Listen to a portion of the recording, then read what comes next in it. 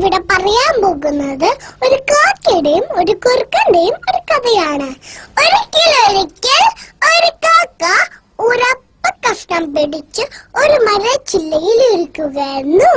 അതുവഴി ഒരു കുറുക്കൻ വന്നു. ഒരു വയൽ വെള്ളം മൂറി. ഹായ്, എങ്ങനെയെങ്കിലും അപ്പ കഷ്ണം തട്ടിപ്പറിച്ചെടുക്കണം. ഹലോ കാക്കത്തമ്പ്രാട്ടി, നീ എന്ത് സുന്ദരിയാ, നിന്റെ ചെറുകിന് എന്ത് ഭംഗിയാ. നീ നന്നായി പാട്ട് പാടുന്ന കേട്ടിട്ടുണ്ടല്ലോ, ഒരു പാട്ട് പാടാമോ? അതെല്ലാം വിശ്വസിച്ചിട്ടുള്ള അവിടെയായി കാക്ക ഒന്നുകൂടി ഞെളിഞ്ഞിരുന്നു.